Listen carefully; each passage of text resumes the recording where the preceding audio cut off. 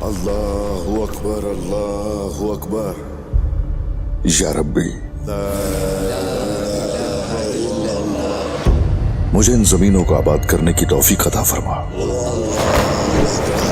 वो जमीनें जहां तूने मुझे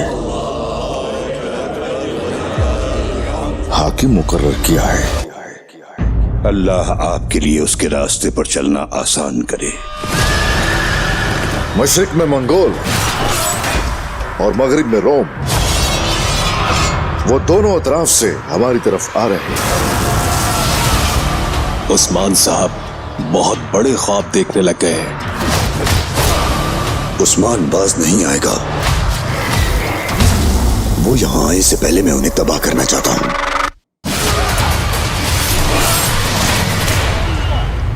जब तक हम में सांस है, काफिरों के खिलाफ यूं ही खड़े रहेंगे ताकि इस्लाम का पाक झंडा पूरी दुनिया में शान से लहराया जा सके।